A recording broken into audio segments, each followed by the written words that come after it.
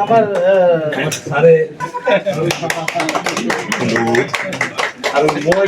Assam football गौथुमनि नेहाथारि महरै सायख'जाबाय डक्टर सांग्रां ब्रह्मआ दिनै आसाम फुटबल गौथुमनि गोदानै बिबान मोननाय नेहाथारि डक्टर सांग्रां ब्रह्मखौ बिटिसि सेक्रेटारियेटआव बरायनाय मोनसे हाबाफारि लायो। बिटिआरनि गाहाय खुंगिरि प्रमद बर', मावफुं सोद्रोमा रनजित बसुमतारी, एमसिएलए माधव छेत्री आरो माखासे बिबानगिरिफ्रा आसाम फुटबल गौथुमाव गोदानै बिबान मोननाय डक्टर सांग्रां ब्रह्मखौ आर'नाइजों बरायनाय जायो।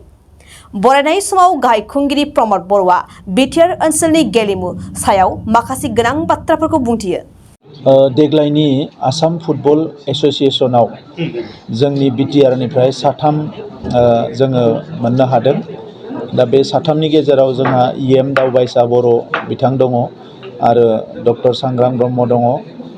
दा बिथांमोन साथामनोबो आं कंग्रेचुलेसन होदों आरो मिजिंथिदों जे आसामनि फुटबल एसोसिएशनाव जोंनि जि खामानि मावनाय बियो मैखोम जागोन।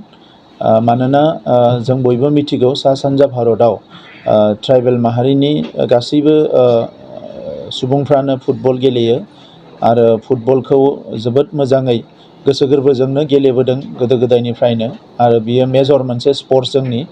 दा बे हिसाबै गासैबो हिल स्टेटफ्रावबो फुटबल गेलेयो आरो जोंनियावबो बड'लेण्डआव फुटबल गेलेबोदों आगोलनिफ्रायनो। दा जिखिनि स्पेस जों मोननांगौमोन आगोलनि समफ्राव जों मोनाखैमोन। नाथाय गोलाव सम जोंहा हेमेन्द्रनाथ ब्रह्म बिथाङा आसाम फुटबल एसोसिएशननि बायदिसिना बिबानाव थाबोनानै जोंनि लाइमोनफोरखौ मदद खालामबोबाय थादोंमोन। ओंखायनो नेसनेल टिमाव जोंनि मोनो, गासैबो टिमाव जोंनिफ्राय फुटबलाव मोनो आरो देग्लाय जोंहा साथाम मोननानै जोंनि फुटबलाव जि स्पेस बियो आरो बांबावबाय। बड'लेण्डआव थांनाय बोसोराव जोङो ISPL जोङो खुंदों। बिनि उनाव सन्तोष ट्रफिनि मोनसे इभेन्ट जोङो खुंदों बेवहाय आरो बेजों लोगोसे देग्लाय बोसोराव जोङो दुरन काप खुंनो थांगासिनो दङ आरो ISPLखौबो मोजाङै खुंगोन। थांनाय बोसोराव एबसुआ आन्डार 13खौ खुंदोंमोन आरो देग्लाय बोसोराव जोङो आन्डार 13, आन्डार 14खौ जोंहा फसंथानफोरजों जों सावरायनानै बोरैहाय स्कुलफोरजों टाइप खालामनानै खालामनो हायो बिनि थाखाय मोनसे प्रसेस जों आखायाव लादों आरो स्पर्ट्स पलिसि जोङो ड्राफ्ट खालामगासिनो दङ। बड'लेण्ड स्पर्ट्स पलिसि बियो थाबैनो जागोन आरो अब्ला जोङो गुबुन गुबुन जिफोर जोंहा इभेन्ट्स दङ जेरैबायदि बक्सिं, हकि, आर्चारि, जुडु गुबुन गुबुन इभेन्टफोरखौबो जोङो समान समान लांफानो हागोन होननानै आङो मिजिं खालामदों। मानोना स्पर्ट्सनि गेजेरजोंनो जोंनि गोबां लाइमोनफ्रा साख्रि बाख्रि माखासे सुबिदाफोरखौ मोननो हादों। दा बेनिखायनो जोङो स्पर्ट्सखौ जोबोद गोसो होदों आरो आङो मिजिंथिदों जे आसामावल' नङा सारा भारतआवनो जोङो स्पर्ट्सआव मोनसे मोजां मुं लाबोनो हागोन एबा जायगा आवग्रिनो हागोन आङो बेखौ मिजिंथिदों।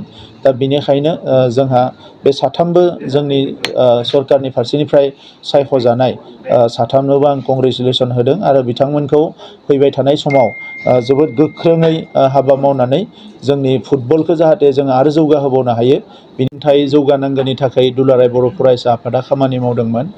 आरो बै समाव नुदों जे 2006 मायथाइयाव सारा आसाम नाङैनो 60 फार्स्ट डिभिजन मोनदोंमोन आरो पार्सेन्टेजआ 70 हाउसाव दङमोन। नाथाय लासै लासैनो गोबां खामानि मावनायनि उनाव नुनो मोनदों जे सोलोंथाइया जौगाबोदों। थांनाय बोसोराव एबा बिनि सिगांनि बोसोरफ्राव जोङो जोबोद नायनानै नुदों जे रिजाल्टआ बारा मोजां नङा आरो चिराङा लवेस्ट सेकेन्ड बा थार्ड बेवहायनो थाबाय थायोमोन। दा देग्लाय बोसोराव चिराङा टप खालामदों आरो बाक्साया 10नि उन सिगां थाबाय थायोमोन, देग्लाय 4आव फैदों, 4th पजिशनाव फैदों। दा बियो जोंनि थाखाय जोबोद मोनसे मोजां मेसेज आरो बिनि थाखाय आङो बर'नि गासैबो माहारि आफादखौ साबायखर बावो, जोंनि दुलाराय बर' फरायसा आफाद, बर' थुनलाइ आफाद गासैखौबो आरो आङो गार्जेनफोरखौबो साबायखर बावो, फोरोंगिरि बिथांमोनखौबो साबायखर बावो। लोगोसे अफिसियेल्सफ्रा थांनाय बोसोरसेयाव जोबोद खस्थ' खालामदों, जोंनि डाइरेक्टर ब्रह्म बिथांजों लोगोसे गासैबो अफिसियेल्सफ्रा बिथांमोनखौबो साबायखर बावो। नाथाय मोनसे बाथ्राखौ आङो रोखा बुंनो सानो जे सोलोंथाइ जौगानांगौबा थासारिया मोजां जानांगोन। जोङो जौ जुवा बायदिसिना गाज्रि थासारिखौ बन्द' खालामनांगोन। जाय साफा सानै सुबुङा दाबो जुवा होनो सानो, बायदिसिना थासारि गाज्रि खालामनो सानो, बेखौ समाजा कन्ट्रल खालामनांगोन आरो जों सरकारनिफ्रायथ' बेवहाय खुनु कमप्रमाइस गैया। दाबो जायगा जायगा बेबायदि थासारिखौ खोनायो बेखौ जाहाथे बयबो कन्ट्रल खालामो जोंनि इयुन जोलै दानायनि सार्थआव गुबुन मोनसेया जाबाय नाजायोबा हायो नाजायैनि जेबो खोथा गैया जोङो थांनाय बोसोरनैयाव जोबोद नाजादों स्कुल एडाप्शन प्रग्राम लादों अफिसारफोरखौ ट्रेनिं होदों फोरोंगिरिफोरनि ट्रेनिं जोङो जागायदों डिसिफोरखौ जोङो खामानियाव बाहायदों सोलोंथाइ जौगाहोनायाव दा गासैखौबो जेला आखायाव लायो लासैनो रिजाल्टआ इमप्रुभ जायो क'क्राझार आरो उदालगुरिया एसे सिङाव थादों आंहा फोथायनाय दङ फैगौ बोसोराव क'क्राझार आरो उदालगुरियाबो मोजां रिजाल्ट खालामनो हागोन आरो जोङो जोंनि बिटिआरनि जिखिनि जिल्लाफोर दङ बे गासैबो 10नि गोजौआव थानांगौ अरायसम बिनि थाखाय जोंनि सरकारा खामानि मावगोन जोङो फाउन्डेसन लेभेल बा सेकेन्डारि लेभेलावल' नङा जों हायार इडुकेसन टेक्निकेल इडुकेसन आरो जोंनि जायफोर टेलेन्टेड स्टुडेन्टफोर बिसोरखौ UPSC APSC मेडिकेल इन्जिनियारिं गुबुन गुबुन competitive exam SSC staff selection कमिसननि थाखाय देग्लाय जोङो इसोरनो माने एवारनेस प्रग्राम खालामदोंमोन जेसेबां जिखिनि गभर्नमेन्ट जब नन गभर्नमेन्ट जब जेराव एंगेज जानो हायो बिनि थाखाय जोंनि सरकारनिफ्राय जोङो एवारनेसखौ होलांबाय थागोन आरो जिखिनि प्रि रिक्रुटमेन्ट जोंहा ट्रेनिं सेन्टार जों थांनाय बोसोराव खालामदोंमोन बोसोरसे सिगाङाव दा बेवहाय गोबाङानो जोंहा पुलिसाव मोननो हादों दा देग्लाय बोसोरनिफ्राय जोंहा जेसेबांखिनि एक्स आर्मि बा एक्स सार्भिसमेन दङ डिफेन्सनि बिथांमोनखौ मोनफ्रोमबो जिल्लायाव कमिटि दानानै जोङो माखासे इनफ्रास्ट्राक्चार बानायनानै डिफेन्स रिक्रुटमेन्टनि ट्रेनिं होनो थाखाय सावरायबाय थादों दासिम मोननै जिल्ला मुसलपुर जिल्ला आरो तामुलपुर जिल्लाया क्लियार जाबाय बाखि जिल्लाफ्रावबो बिथांमोना कमिटि दङ बिसोरजों रायज्लायनानै जोङो प्रि रिक्रुटमेन्ट ट्रेनिं सेन्टारखौबो एक्टिभलि खालामलांबाय थागोन 2023-24 सोलोंथाइ बोसोरनि थाखाय क'क्राझारनि दतमायाव थानाय सेन्ट फ्रान्सिस जेभियार एचएस स्कुला नोंथांमोननो लानानै फैदों गोदान मुं थिसननाय